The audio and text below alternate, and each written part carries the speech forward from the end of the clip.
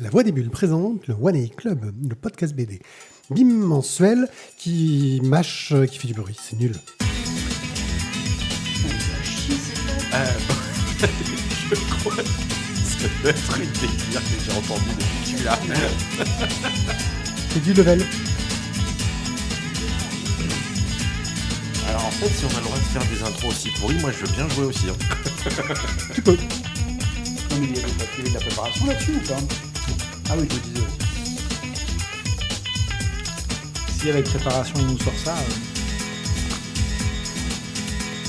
Coucou les gens et bienvenue au One A Club. Dans ce podcast, nous parlons de bande dessinée, nous faisons des intros pourraves, une sorte de concours. Celle-là était pas mal au niveau pourrave, je pense. Alors, J'en ai fait des... on peut pas dire que c'est un concours, parce que pour qu'il y ait concours, il faudrait qu'il y ait plusieurs participants. Je te rappelle que tu es le seul. Oui, mais je me concours contre moi-même pour voir à quel niveau te challenge, de... Ah, mais du de coup, challenge, ça explique beaucoup de choses, tu vois, Ouais. parce que on fait des intros pourries, il y a un concours. En fait, il est pas tout seul là-haut. Totalement. Je suis One A Pied, je suis accompagné dans ma tête, mais aussi à cette table qui, pour ceux qui sont en live, voient que ce n'est pas la table de d'habitude. Oui, nous avons dû déménager subrepticement. Nous sommes chez Thio. Salut Thio. Bonjour. Merci de nous accueillir. Bonjour, bienvenue chez moi. Voilà. Vas-y. Attention. Non, il n'a pas chanté. Tizak. Voilà, merci. Tu me déçois, Ti. Tu me Non, déçois. je ne chante plus, moi. Ah ouais, terminé. ok. Merci. Voilà. Et pour le remercier chaudement, et on t'accompagne dans ces remerciements, Guillaume. Salut Guillaume. Salut tout le monde. Aujourd'hui, un programme tout aussi exceptionnel que tous les programmes qu'on vous a fait cette année. Et surtout une émission exceptionnelle, car si vous êtes en live, vous l'entendez en 2025. Si vous n'êtes pas en live, vous l'entendez en 2026. Et donc, normalement, c'est l'émission, on dit « Bonne année aux gens !» Ah ok, bonne Oui, année. bonne année les gens. Oui. Meilleur vœu. Non, ça sonne faux. Ouais, Un tu peux peu, t'éloigner hein. du micro quand tu hurles comme ça, c'est un peu... voilà. J'étais loin pourtant. Ouais. Aujourd'hui, nous allons parler de... On les appelle juniors et seniors, Ouais, SOA, oui. Amour fantôme Ouais. et Le Royaume sans nom, le 3e et dernier tome. Je On valide. finira en faisant un petit œil sur nos apps de téléphone honteuses. Voilà, c'est pour ceux qui avaient oublié de préparer. D'accord. Ouais, les jeux de téléphone auxquels on joue quand... Voilà. Et puis, sinon, bah, c'est déjà un beau programme. Mais que serait ce programme si on ne remerciait pas nos tipeurs? Et je ne fais pas des bruits bizarres, à faire des clips sur les C'était micros. un clap. Maintenant, C'était à un faire des clap clips pour sur les les micros. applaudir. Voilà. Applaudissons. Merci les tipeurs. Voilà. Merci les tipeurs. Nous Ah non, remercions t'avais dit donc... que tu chantais plus. C'est ma voix naturelle. Nous remercions donc Monkey, Matt Descaches, Chevon, Warloff, Cobal et je crois que j'ai oublié de rajouter le nouveau, c'est Sarah Londe, il me semble. Voilà. bravo. Ouais, je sais, dans ma liste, mais je m'en souviens quand même que... Bravo. Voilà. Merci à vous de nous soutenir. Tipeee, c'est une plateforme qui vous permet de nous donner des sous. Jusqu'ici, c'était à chaque émission. Dès janvier, ça sera par mois. On va devoir changer un peu tous nos principes. On a toutes les vacances pour y réfléchir Ça et fait proposer déjà- quelque alors, chose du coup, de... comme Ouais. il a déjà dit ça, il y a 2 émissions. Ouais.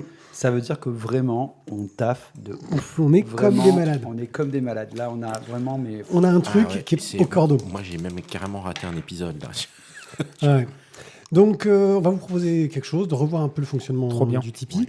Le principe, c'est que vous donniez ce que vous pouvez. Ça peut être pas grand-chose, mais c'est déjà beaucoup et ça nous permet de nous payer des M&M's. Alors oui, peut-être que vous ne voudrez pas nous payer des M&M's parce que ça fait des bruits de merde dans les micros, mais vous pouvez aussi nous payer à boire. Et ça, c'est plus sympathique de votre part. Oui, du coup, c'est plus et- les M&M's qui font des bruits de merde, c'est nous. Voilà. Donc, en tout cas, merci encore à vous. C'est sur tipeee.com/La Voix des Bulles.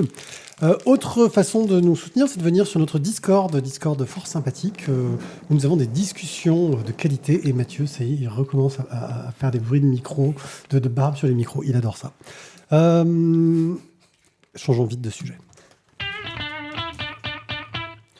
On les appelle Junior et Senior, une bande dessinée scénarisée par Robin Recht, qu'on est habitué à voir au dessin, mais qui est dessinée et colorisée par Jean-Baptiste Eustache, sorti au Lombard pour 19,95 €. Et c'est Guillaume qui nous en parle.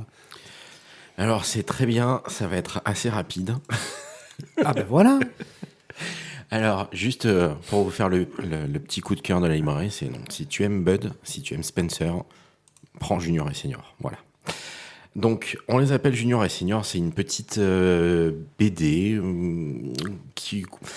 qu'on lit avec plaisir, un petit plaisir coupable. C'est pas quelque chose qui va grandement élever votre intellect, mais qui va vous faire un bien fou, puisque c'est une super BD divertissement.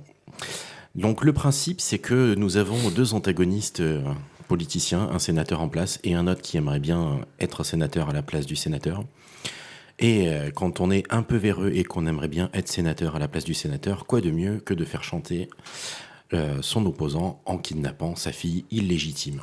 Bon, sauf qu'on peut pas faire ça officiellement ni rien, donc on va sortir deux bras cassés, deux tolls, voilà, junior et senior, qui ressemblent furieusement à Bud Spencer et Terence Hill, hein, pour ceux qui auraient la référence. Et on va les envoyer là-bas, dans cet orphelinat, pour kidnapper la petite demoiselle et faire chanter le sénateur. Donc, trop bien, ils sont contents, les sorts de tôle, ils vont être payés. Allez, on va kidnapper la gamine. Et ils vont aller dans un endroit où il y a des gonzesses. En plus.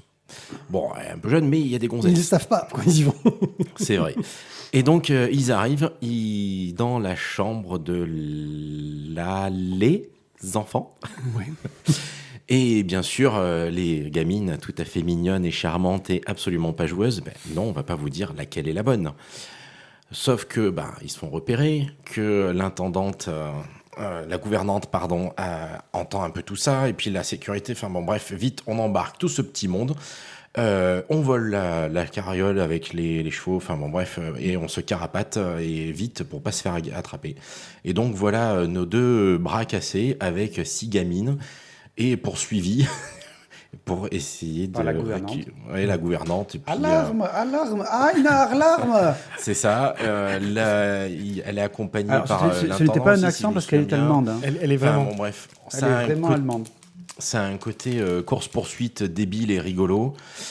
C'est humoristique à fond et ça joue avec tous les clichés des films de série B que Bud Spencer et Terence Hill ont pu faire du temps où ils officient ensemble, que ce soit les Trinitas ou tous les autres. Et franchement, voilà, c'est un petit bonbon, un petit bonheur de BD qu'on lit volontiers en posant le cerveau. Ça fait énormément de bien. Voilà. Exactement ça. Une Madeleine de Proust. Perso, je regardais ça avec mon oncle, ma grand-mère. Clairement, c'est pas du grand film, hein, c'est pas du grand cinéma, mais ça fait son office. C'est très divertissant. Ça fonctionne. Ça colle des torgnoles dans tous les sens. Et c'est extrêmement sexiste. C'est extrêmement grossier, mais avec beaucoup de bonhomie. Voilà. Ça marche bien. On bouffe du Fayot. C'est super. J'aime le faire. Alors, pour la blague, on s'en est tapé un il n'y a pas longtemps avec mes fils, avec Bud Spencer et Terence Hill, là, quand ils sont flics.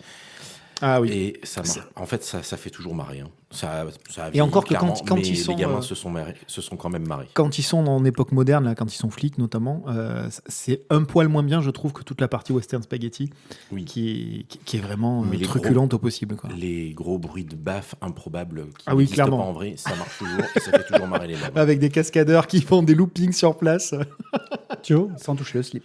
sans toucher le slip. Bah écoute, je pense qu'ils ont parfaitement résumé. Alors, par contre, je dirais que c'est quand même une bande dessinée qui est pour des gens de notre âge.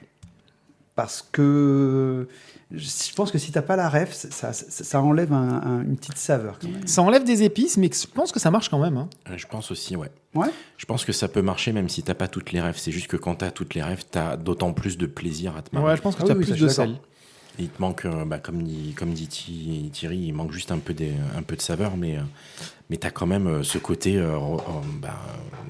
rocambolesque et guignolesque de mecs qui sont poursuivis avec des gamines qui les font tourner en bourrique, quoi. Ouais. Et je pense que vous avez assez raison. Moi, je veux dire, j'ai grandi en Corse, j'avais pas la 5.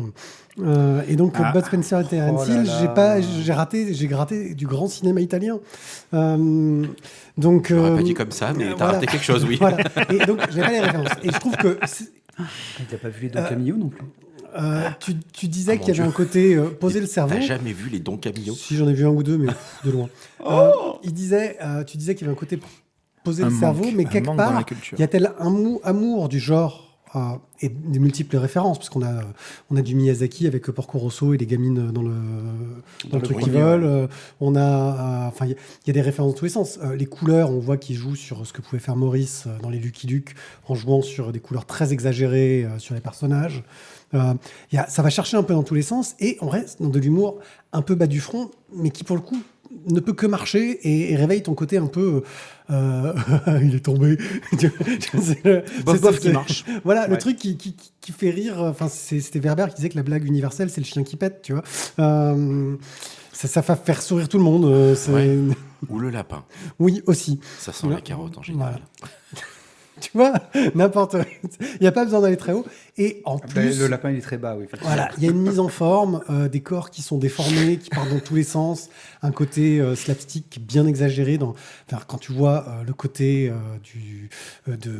c'est Junior, hein, le grand. Non, c'est vrai Terence Hill, c'est Junior, ouais, et Senior, c'est Bud. Quand tu vois Junior qui est vraiment dégingandé avec le corps qui part un peu filiforme dans tous les sens, et Senior qui est vraiment mastoc, t'as l'impression qu'il va rouler quand il marche. Et il y a une présence des personnages, et même tous les personnages secondaires sont excellents autant qu'ils sont. Et on arrive à s'attacher à eux alors que c'est des filous, comme on dirait. Oui, mais c'est des filous, c'est pas des raclures, c'est des filous. Voilà. Non, moi j'ai passé un excellent moment, j'ai vraiment adoré aussi. Et je crois que c'est rare, mais sur le conducteur, même Nao a mis un coup de cœur alors qu'elle n'est pas là. Ce qui prouve que cette bande dessinée mérite un vrai coup de cœur. Ça fonctionne très bien. C'est rare, ce que je disais, c'est rare les coups de cœur sur de la comédie, parce que la comédie, c'est très très personnel. Tout ne fait pas rire tout le monde. C'est beaucoup plus dur de faire une comédie universelle que de faire un drame universel.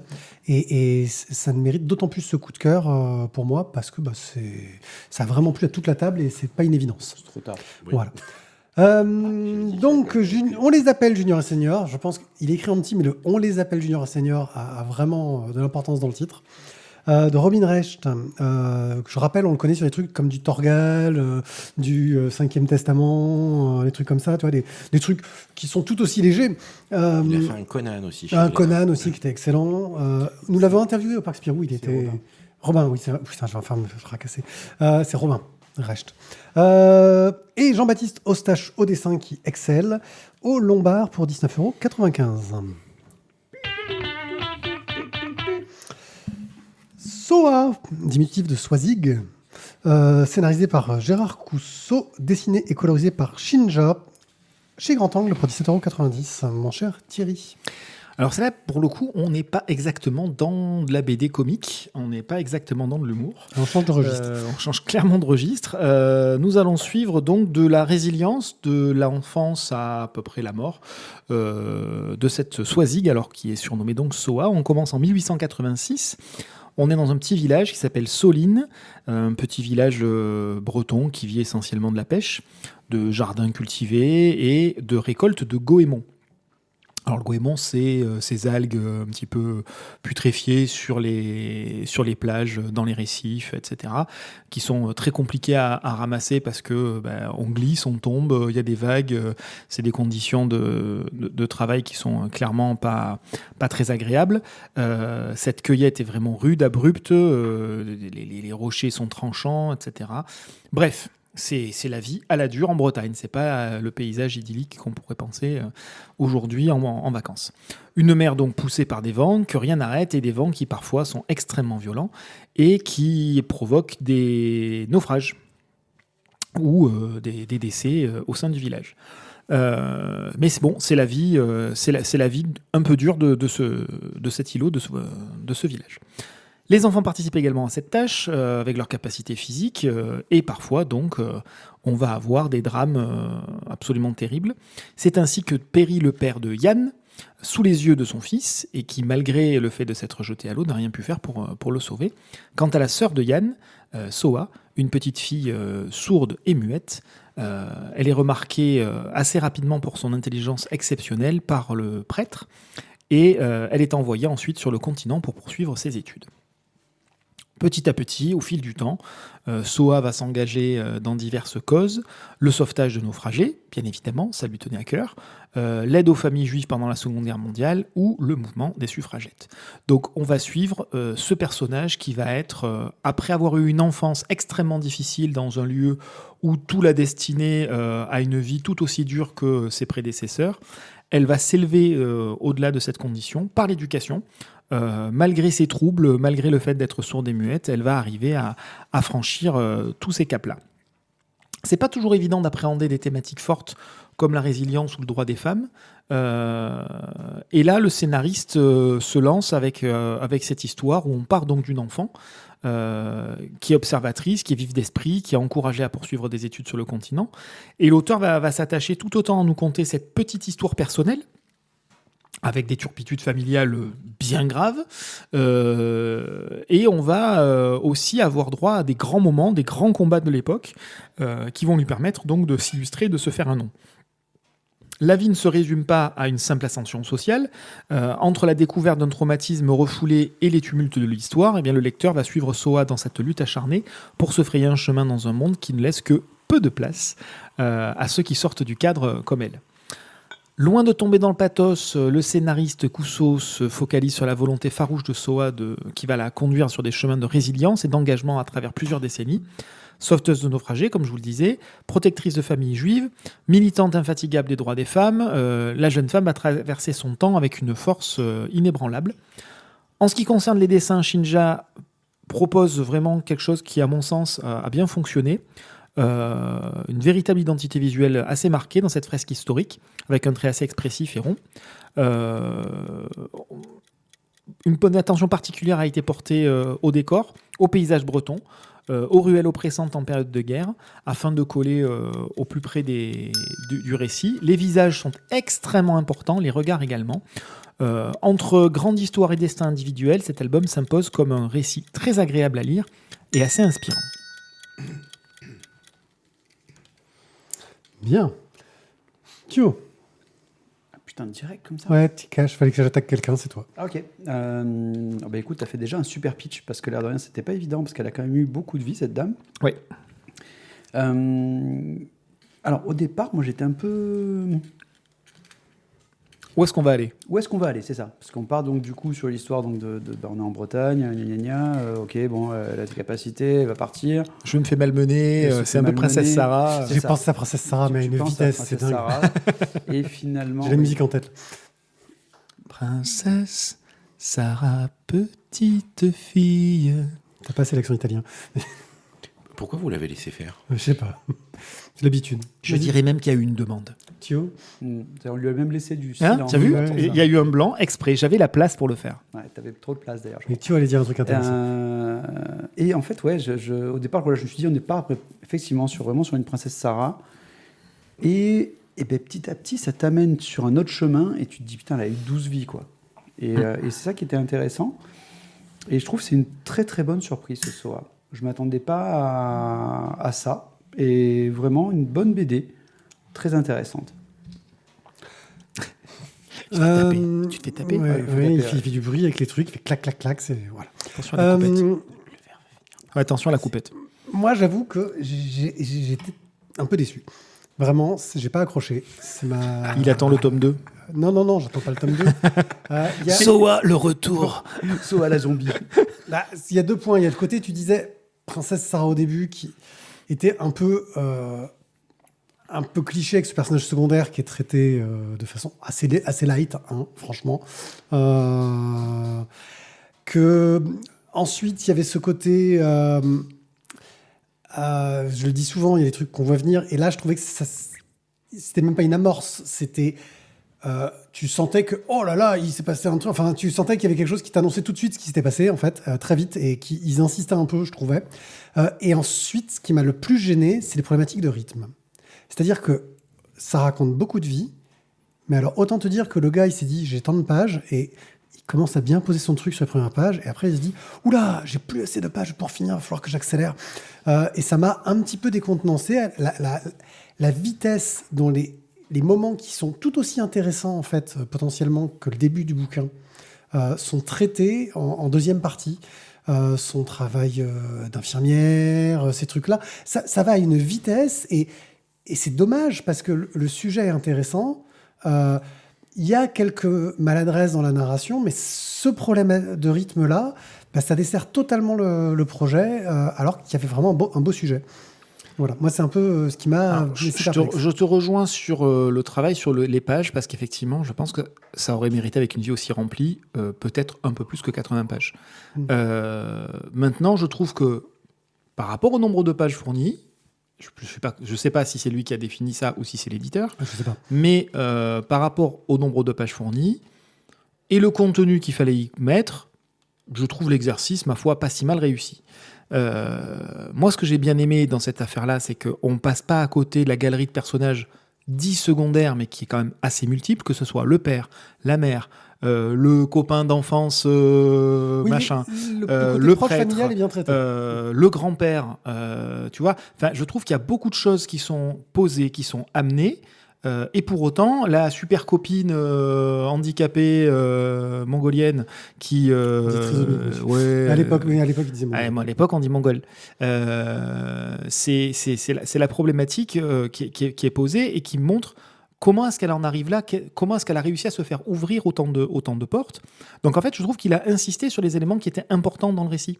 Et effectivement, il a fallu accélérer sur d'autres qui étaient très important au vu de l'histoire, le travail sur les suffragettes, etc.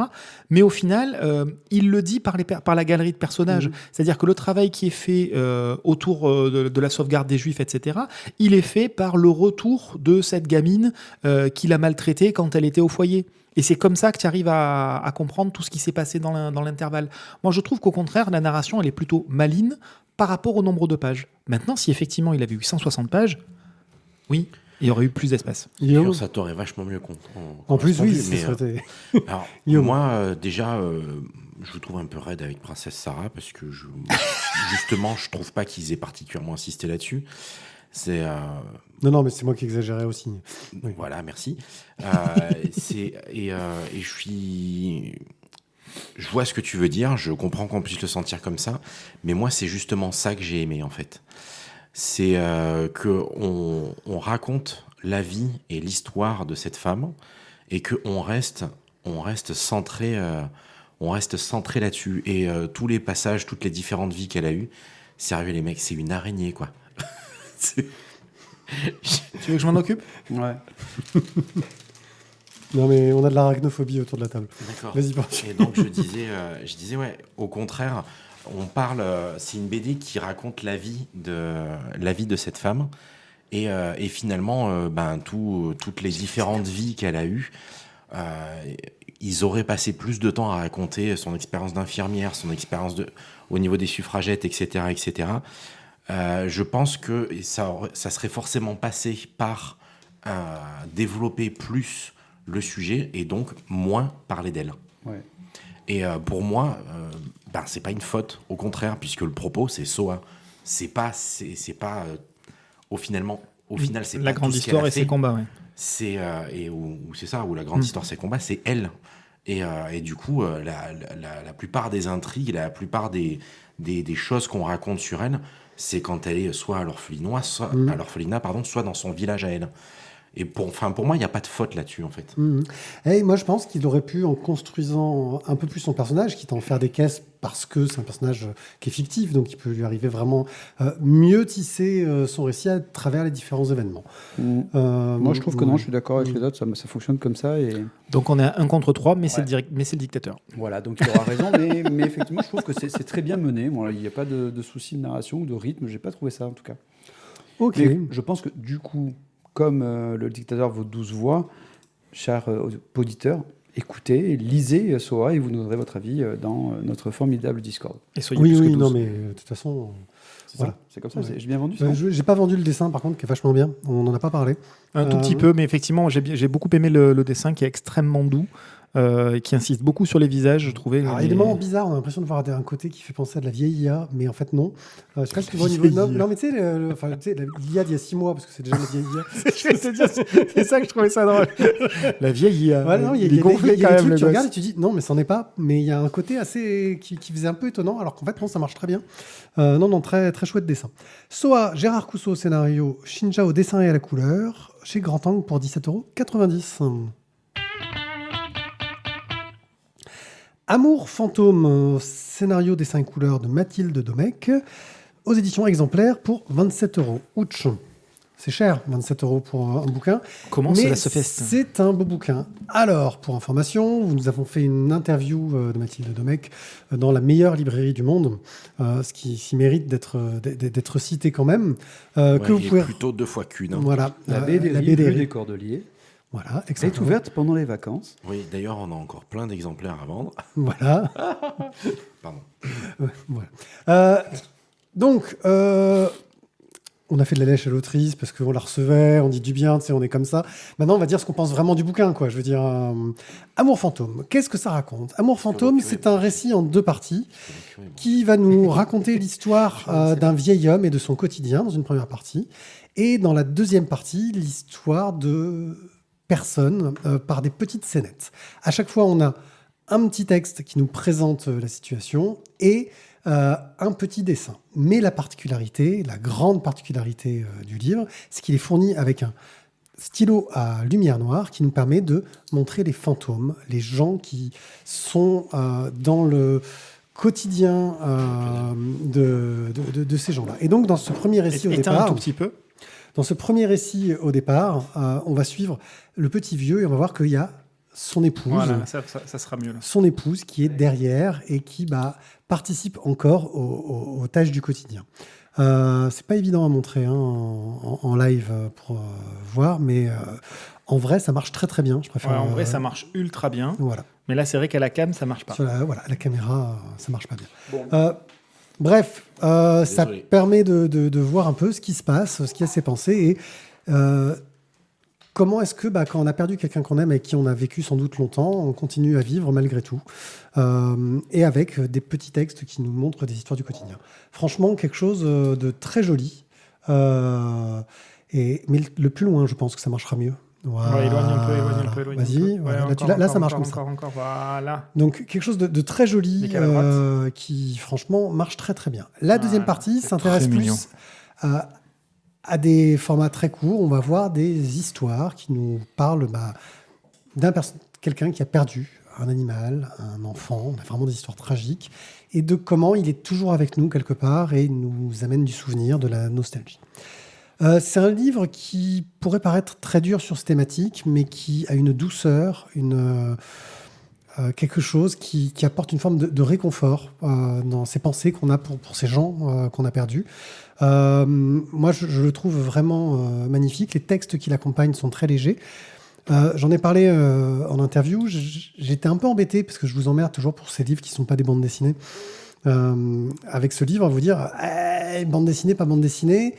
Et je me suis rendu compte qu'on a quand même un récit au départ avec ce vieil homme que l'on suit, vu qu'on a vraiment quelque chose qui évolue dans le temps et on est dans le récit. Et ensuite, Vous aimez la flûte de Pan ? le deuxième point, c'est qu'on reste sur C'est la beau, la flûte de sur la lecture séquentielle, c'est-à-dire que les images se lisent vraiment en 2 temps. Une image sans la lumière noire et une deuxième image qui va créer un sens quand on va mettre la lumière noire. Moi, j'ai trouvé ça vraiment superbe. Pour moi, c'est un magnifique bouquin. Thierry. Alors, moi, je vais vous renvoyer directement à notre interview. Non, vraiment, c'est un super album. J'ai été absolument ravi de le découvrir, à tel point que, du coup, j'en ai aussi acheté un pour moi, que j'ai fait dédicacer, acheté pour ma femme, qui l'a vu aussi à la maison et qui l'a voulu. Donc voilà, c'est un bel objet. La narration est vraiment très bien faite, c'est-à-dire que c'est très ludique grâce à la lampe, mais il y a de toute façon une lecture par le texte, une lecture par l'image de base et une lecture par l'image éclairée. Donc c'est multiples niveaux de lecture. Et c'est vraiment génial. Il y a une douceur dans les pays, dans les dessins, dans les traits des personnages, une douceur dans les... C'est compliqué de se concentrer. Une douceur dans les textes. Ça arrive à sortir la larmichouille parce que forcément, parmi les différentes situations, il y en a forcément 1, 2, 3, 12 qui vont vous toucher. Et voilà. Pour ne rien gâcher, l'autrice est absolument adorable. Elle nous a fait une super interview, une super séance de dédicace. Elle tourne d'ailleurs dans plein d'endroits pour proposer des séances de dédicace autour de son bouquin. Elle a fabriqué un petit support justement avec une lampe noire intégrée pour pouvoir tourner les pages directement avec la lumière sans tenir la lampe. C'est peut-être le seul élément un peu embêtant, c'est qu'il faut en tournant les pages tenir la lampe en simultané. Mais voilà, ça offre un petit côté sympa, un petit côté ludique en plus. Donc voilà, vraiment une franche réussite que ce bouquin. Un grand merci à Mathilde pour l'interview, mais aussi pour ce qu'elle nous a proposé dans ce livre. J'ajouterais que l'interview permet de comprendre la difficulté de produire ce livre, qui est un livre assez atypique au niveau des encres, au niveau du stylo qui est avec, ce qui justifie en partie son prix. Guillaume. Eh ben, alors, moi, je suis passé un peu à côté. C'est-à-dire, je pense que je ne l'ai pas lu dans de bonnes conditions. Ce qui fait que je vais insister sur le fait que voilà, faut se le lire tranquillement, chez soi, de préférence en mode cocooning, pour vraiment apprécier, à mon avis, toute l'intensité du truc. Parce que moi, j'ai lu ça un peu rapidement à la librairie, entrecoupé des différents conseils qu'il fallait donner. Je pense que je suis un peu passé à côté du bouquin. Pour autant, du coup, j'ai pas pu profiter des dessins ou des passages qui auraient pu vraiment me toucher. Pour autant, c'est vraiment normalement le genre de bouquin qui me parle vraiment et qui fait vibrer la corde sensible. Donc, lisez-le, posez-vous tranquille pour le lire et en profiter pleinement, parce que moi, je pense que je me suis gâché le plaisir. Ensuite, je voulais revenir justement sur ce que tu disais, Pierrick. Donc 27 €, en fait, quand on regarde la finition, le problème des encres, ne serait-ce que la lampe qui est fournie avec, Ouais. pour avoir vu déjà ce genre de bouquin avec ce genre de technique, combien de fois j'ai vu des stylos à la con qui marchaient qu'à moitié, pas très bien et qui tenaient pas longtemps. Là, il y a un truc super bien foutu, qui est robuste, l'impression est de super qualité. Honnêtement, c'est du super matos et franchement, pour le produit fini qu'on a, 27 €, c'est vraiment pas cher en fait. Oui, c'est un peu ce qui ressort du discours, de la discussion qu'on a eue avec Mathilde. Hein. C'est qu'elle a été là à toutes les étapes de choix de la fabrication. Elle a très bien été entourée, conseillée, machin, tout le monde l'a suivi. Mais vraiment, elle a cherché à faire du qualitatif, que ce soit sur le papier, sur le choix de la lampe. Il fallait que la lampe, elle soit un minimum en métal, avec la pile changeable, pour pas que ce soit du produit jetable en chinoiserie, pour faire simple. Pareil, il n'y a pas de souci avec l'édition, l'impression. C'est-à-dire quand vous utilisez la lampe, vous n'avez pas l'autre dessin derrière qui vient par transparence. Donc c'est le bon grammage de papier aussi qui marche. C'est le bon type de papier, parce que ça aussi, elle nous l'a expliqué. C'est qu'il y avait des papiers qui sont trop acides, pas acides, machin, et du coup, le système d'encre ne fonctionne pas. Enfin, il y a un vrai travail de recherche aussi derrière, pas simplement j'ai sorti mon imprimante, quoi. Thio, toi aussi, t'étais un peu... Mais toi, c'est pas des conditions de lecture, pour le coup. Toi, t'avais un avis un peu moins... T'as moins accroché aussi. Explique-nous. J'ai moins accroché, en fait, à Amour Fantôme, et j'en suis vraiment très, très, très, très désolé. Mais t'as le droit, hein. Mais, Moi, j'ai craché sur les trucs que t'as adorés, donc c'est vrai, vas-y, non, mais venge-toi. voilà, non, mais je vais pas, non, alors, je vais pas cracher dessus, parce que, d'une part, déjà, au niveau de cette narration qui est très particulière, mais qui est original, qui est très bien mené. Il y a une sensibilité, une délicatesse dans le trait, dans les propos, qui est vraiment très très agréable. Mais moi, j'y ai pas trouvé. Enfin, moi, je suis pas allé à votre niveau à tous les deux de coup de cœur. Voilà, peut-être que vous aussi, comme vous avez rencontré la personne, il y a eu un échange et une sorte d'alchimie qui s'est créée justement dans cet échange, qui fait que du coup, vous avez un avis sur la BD qui est autre. Mais Amour Fantôme, voilà, c'est un très beau livre, c'est une très très bonne idée.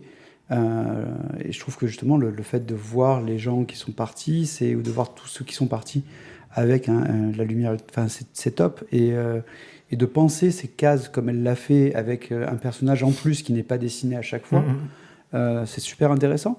Mais ça m'a pas emballé plus que ça. Après, effectivement, je pense que je pense que c'est le livre cadeau Oui. top. parce que c'est original, parce que le propos il est universel. Ouais. C'est je pense, un super livre. Moi, je pense que toutes les BDI devraient en avoir partout en France et en écouler. Je suis la seule et l'unique. La seule vraie La BDRI. seule Oui. Mais non, S'il vous à plaît. force de vous fréquenter, on en vient à croire que toutes les librairies BD s'appellent des BDRI. Tu vois. Non, mais par contre, pour la blague, les gens commencent à appeler les librairies SPBD des BDRI. Donc, on a gagné, en fait. Ouais. T'as Dépose déposé, le nom, C'est trop tard. Merde. C'est trop tard. Il y en a une autre, en plus, de BDRI en France, Ah, dans le merde. Nord. Mais ils ont ouvert après nous. Ah. Amour fantôme de Mathilde Domecq chez Exemplaire pour 27 €. Un livre touchant et qui fait un très beau cadeau en tout cas. Allons maintenant dans des moments plus touchants et dans la finesse avec Le Royaume sans nom numéro 3. Alors je dis ça, je ne l'ai pas lu, donc je pourrais y faire peu de critiques. Scénarisé par Eric Hanna, dessiné par Redek et colorisé par Lou, chez Glénat pour 16 € le tome. On va revenir sur le tome 3. Je ne sais pas si on avait fait le 2. Oui, on l'avait fait aussi, mais je ne les avais pas lus. Moi, je les ai ratés à chaque fois, ceux-là. Ouais, je Vas-y. crois. Qu'est-ce que ce royaume sans nom ? Eh bien, c'est un royaume vraiment ultra tranquille. Peinard. Vraiment, Ah ouais. tout se passe, mais dans une sorte de bienveillance, L'amour et la fraternité. de fraternité. C'est pour ça que je ne l'ai pas lu. On est toujours dans la conciliation, jamais un cri plus haut que l'autre, rien. Vraiment, une zénitude absolue et totale. Donc, pour vous refaire le pitch, alors, on a commencé par un parricide. Ensuite, on a continué avec un fratricide. La mère, on l'a pas tuée, mais Pas tout de suite. Pas tout de suite, mais on l'a un peu mis de côté quand même. Donc, peut-être qu'on va bientôt tuer la maman. Ouais, voilà. Donc, on va dire que dans le royaume, finalement, c'est le fils cadet, le lion qui faisait les siestes, qui est devenu roi. Un peu par hasard quand même. Mais on va pas s'apercevoir que, en fait, dans le royaume sans nom, il n'y a pas de hasard. En fait, c'est machiavélique. C'est limite, c'est de l'horlogerie suisse. Tu vois, tout est chronométré, mesuré, pensé. Et tu vois, si là, ici, je mets une framboise, ça va faire venir un oiseau et ensuite je vais bouffer l'oiseau. Et parce que, le scénario est, moi, j'ai trouvé vraiment excellent. C'est très, très bien mené. Alors, bien évidemment, donc, c'était une oxymore, c'est ça ? Quand tu fais l'opposé de ce que tu veux dire ? Non, je l'ai plus. Un pléonasme.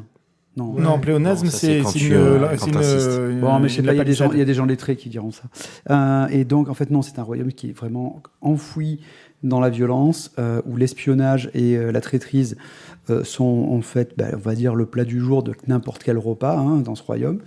Et ensuite, donc, le lion le plus jeune, qui est devenu roi, mais qui, en fait, est un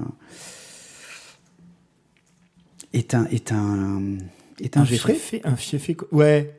Mais c'est un Geffrey. C'est un fiefé connard. C'est un fiefé connard. Et en fait, il a manipulé tout son monde. Et c'est exceptionnel à ce niveau-là. Au niveau du dessin, moi, j'ai trouvé ça ultra péchu. C'est très bien mené. Les combats, la violence, les blagues aussi, parce qu'il y a quand même beaucoup d'humour aussi dans le scénario. Tout est vraiment très, très top. Je vais vous laisser quand même en suspens la fin de l'histoire, parce qu'il y a quand même Un plot twist. Hein. Ouais, qui te fait quand même un petit peu tournebouler la fourrure. Et, mais vraiment, je trouve que Le Royaume sans nom est un très très bon bouquin, une très très bonne trilogie. Et surtout, c'est ça qui est important, comme on disait tout à l'heure, c'est une trilogie. Donc, on n'a pas 75 tomes à acheter. Là, vous avez 3 tomes, une histoire complète. Mais du coup, ça peut s'offrir pour Noël, ça. Ça peut s'offrir pour Noël, mais j'attends l'intégrale. Non, alors, oui, c'est super intéressant et je suis d'accord avec toi. Mais d'un autre côté, si j'ai bien suivi, cette émission passera en janvier en fait. Noël est passé. Oui, c'est vrai. Les étrennes. Les étrennes. On Ah les oui, là, étrennes. voilà, les Les étrennes. étrennes. Viens acheter Vas-y, chez moi, viens. Donne-nous ton avis sur ce livre, voilà, ou sur un autre que tu voudrais qu'ils achètent chez toi. N'importe lequel. Attends, mais il y a que des bonnes choses à acheter chez nous. Prenez la pastèque. La pastèque, elle est très bonne.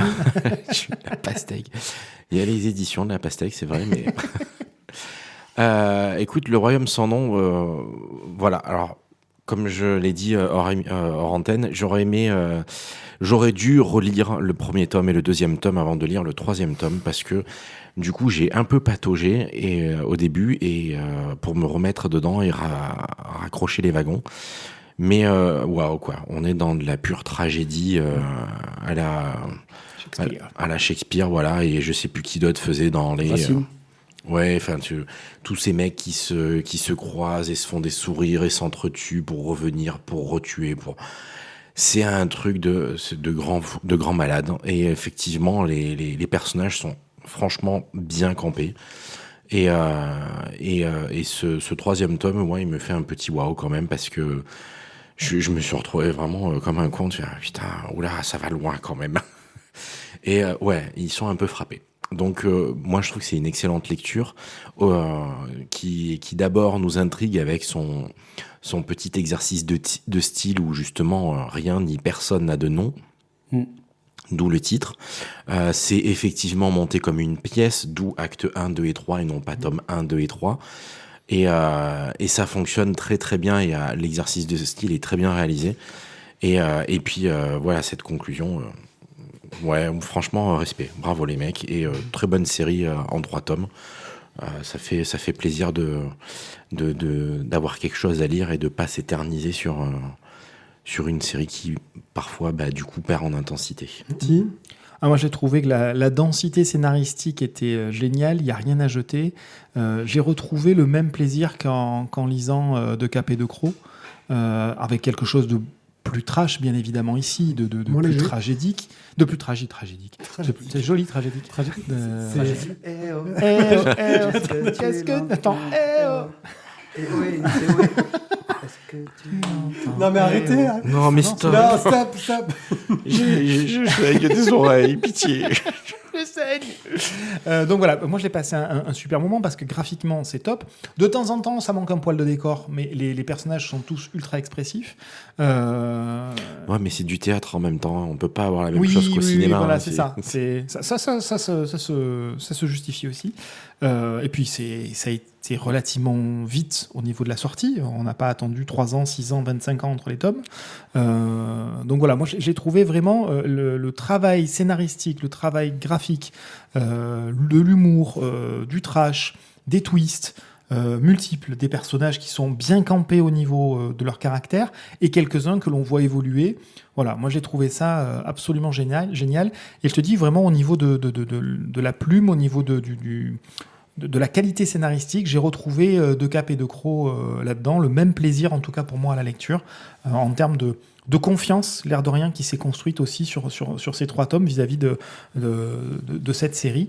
Tu te dis, je vais passer un bon moment. Et c'est pas déçu du début à la fin, quoi. Je vous vois, personne n'a mis de petit C sur la liste. Moi, je l'ai pas lu, mais vous avez tous l'air vachement. C'est vrai, j'ai pas mis de Est-ce petit C. que c'est juste parce que c'est très bien, mais ça mérite pas le coup de cœur, ce qui peut arriver. Hein, ça n'empêche pas une BD d'être très bien si elle n'a pas de coup de cœur. Ou est-ce que c'est un oubli? Juste pour être sûr. Ouais, c'est une forme d'oubli. J'ai même pas pensé, réfléchi, parce qu'en fait, on met un coup de cœur au tome 1 ou au tome 2, mais jamais au tome 3. Les derniers tomes d'un truc, pour moi, méritent. Tu me connais, hein, moi, les derniers tomes méritent. On peut mettre un coup de cœur sur la série. Pour ma part, c'est comme ça arrive parfois dans certains titres que tu lis.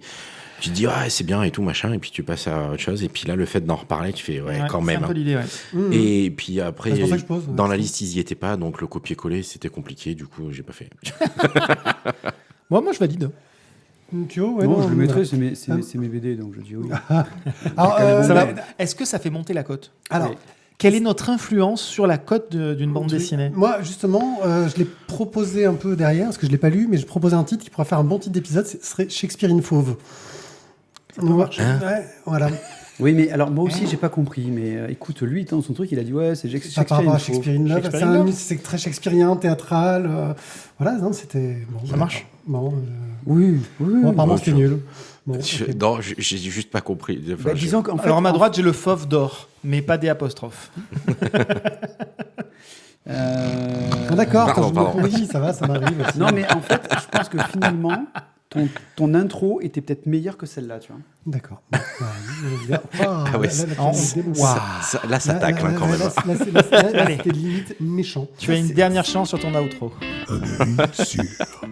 nos apps de merde sur nos téléphones. Vous le savez, nous en sommes tous là. Nous avons beau nous revendiquer comme étant des vrais gamers, savoir ce que c'est qu'un vrai jeu vidéo, ne pas se moquer de ces gens-là qui font croire qu'ils jouent alors que pas du tout. Il nous arrive tous de nous retrouver coincés dans un métro, J'ai pas honte de mes apps. de voir poireauter une file d'attente et de sortir notre téléphone et de mettre un truc où on sait que ça n'aura pas trop de conséquences. Mais on va pouvoir passer le temps et jouer. Et nous avons donc tous nos apps qu'on lance comme ça, où on sait que notre cerveau ne sera pas trop utilisé et on va passer notre temps. Quels sont les vôtres, les amis ? Alors en fait, une des apps que j'utilise actuellement, hein, parce que du coup, ça c'est l'app honteuse, c'est... Tinder. Non. Alors, au départ, c'était Car Jam. C'est un truc avec des voitures que tu fais sortir, sorte de petit... Ah oui, je l'ai fait celui-là. Voilà, donc, mais là, j'ai trouvé la version ultime, parce que du coup, il y a eu un step-up qui s'est fait en moi. Et en fait, ça s'appelle Choc de pelote. Je l'ai fait aussi. J'adore le nom du jeu. Et du coup, en fait, tu fais des pelotes de laine. Tu as un stack, il faut que tu les fasses tomber. Il faut que tu les fasses tomber, parce qu'en fait, il y a un dragon qui veut bouffer ton chaton. Et donc, il faut sauver le chaton. Il faut sauver le chaton. Et donc, du coup, tu dois rembobiner toutes les pelotes de laine pour sauver le chaton. Ouais. Choc de pelote. Donc typiquement le genre d'app que je joue un peu et que je finis par supprimer. Alors en fait, moi je les supprime parce que je me suis rendu compte, je sais pas si c'est pareil sur ton téléphone, que plus le temps passe et plus on te colle de publicité. C'est-à-dire que ceux qui au début te prenaient 5 secondes de pub, petit à petit ça prend 10, puis 15, puis 30, puis 40 secondes de pub. Et il y a un moment où tu passes plus de temps à voir des pubs et à appuyer sur des boutons qu'à réellement jouer au jeu. Et donc, moi, quand j'arrive à ce stade-là, je zappe, je passe sur une autre appli. Guillaume ? Bah écoute, j'ai pas de nom en tête parce que j'en ai un paquet des apps comme ça où tu dis tiens, ça a l'air marrant, tu joues 10 minutes, 1 heure, un jour, 2 jours, et puis tu passes à autre chose parce que t'en as marre de te gaufrer toutes les pubs à la con qui t'intéressent pas. Celle que je garde le plus, c'est le solitaire.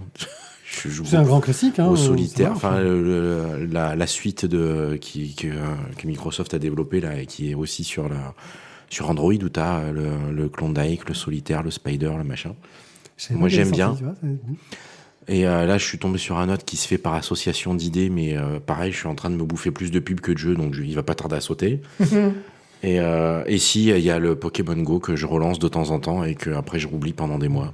Ah, sur malentendu, tu tentes Ouais, non, mais de temps en temps, tu relances le truc, tu joues 1 jour, 2 jours, 3 jours, et puis après, hop, tu le rates pendant 6 mois, 1 an. Thierry ? Alors, on va dire côté jeu, mais pareil, ça va faire partie après la pelote et compagnie, après Card Jam.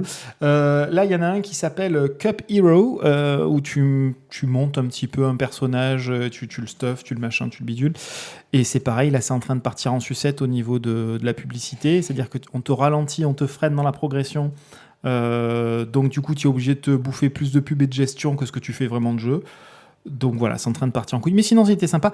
Celui que je garde depuis fort longtemps, c'est le Mahjong. Un classique. Un classique, une valeur sûre. Il y a de la pub, mais jamais trop longue. Donc voilà. Donc gardez ça en tête, les développeurs. Mettez de la pub, oui, mais pas trop, parce que sinon on se casse ailleurs. Moi, j'avais dans le genre où j'ai pas mal joué, c'est Marvel Snap. Jeu de cartes, mais qui en fait au bout d'un moment me prenait trop de temps parce que le système sans pub marche pas mal, etc. Eux ils sont plutôt du genre à t'encourager à acheter des trucs s'il y a peu de pub. J'ai aussi le jeu de rôle Pokémon The Trading Card, mais là en fait j'y joue surtout pour collectionner des cartes, donc je suis là à essayer de me choper des cartes, c'est tout. Et là pas du gain quoi, voilà, non mais c'est débile. J'ai aussi eu droit à Pokémon Go, mais je joue beaucoup en ce moment surtout à Merge Mansion.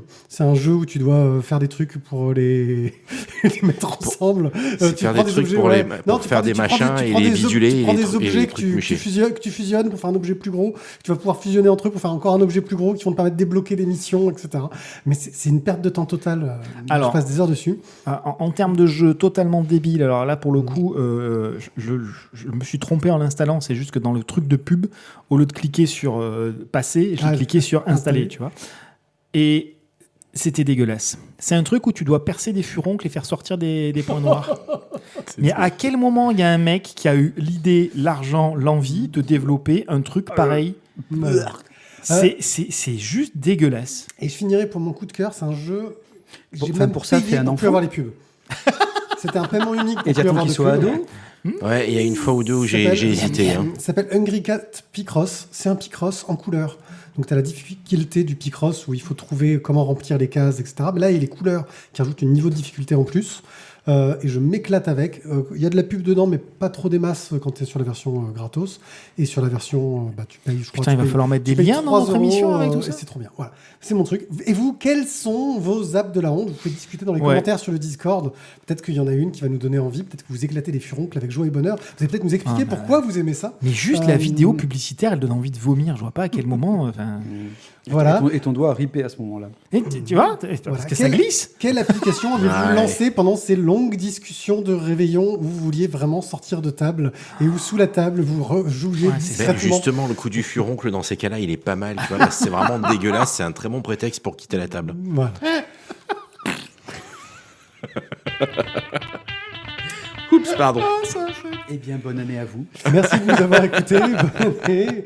On espère que vous avez passé de bonnes fêtes, qu'on vous a offert plein de chouettes BD. C'est vrai, ça, on aurait pu donner des bonnes résolutions. On espère qu'on vous en offrira plein si vous nous écoutez en live. Maintenant, il est temps de vous dire au revoir. On se retrouve dans 15 jours pour une nouvelle épisode en ligne. C'est l'émission de janvier. On se retrouve dans quelques c'est l'émission minutes janvier, pour l'émission suivante. retrouver. Ti va sûrement nous trouver encore plein de chansons parce que je sais que vous venez pour ça en fait. C'est pour lui que les gens sont là. Je pense qu'il faudrait sa propre émission. Ouais, sa propre émission, l'émission de chant. En fait, ce qu'il faut, c'est qu'on lance un jeu de discussion à chaque fois. Il faut trouver une chanson. La chance, la chance à Tizac. La chance au BD. La chance à Tizac. C'est ça. C'est une émission c'est un truc de vieux, ça, non? À 15h. C'est ça. Hein, on est bien, Tintin. On est bien, Tintin. Voilà. Ça a raison. Là, c'est le moment où je lance le jingle pour essayer d'écourter cette émission parce qu'on est en train de partir en vrille. Je vous remercie d'être présent parmi nous et je vous dis à tous au revoir. À dans 15 jours pour la prochaine émission en podcast et à très très vite si vous nous écoutez en live pour notre deuxième enregistrement. Ciao, ciao. Salut. Bella ciao, bella ciao, bella ciao, ciao, ciao. Il y aurait moyen qu'on ait un bouton d'arrêt d'urgence, nous. Tu vois, quand ça part trop loin, c'est... Bon, ça lance le jingle, non? Et ça, c'est la censure, ça. Tu vas finir ministre. Oui, pourquoi pas. Honnêtement, vu ce qu'on a, je serais pas pire. Un bouton de 49.3. Aïe, aïe, aïe. L'Assemblée, je vous emmerde.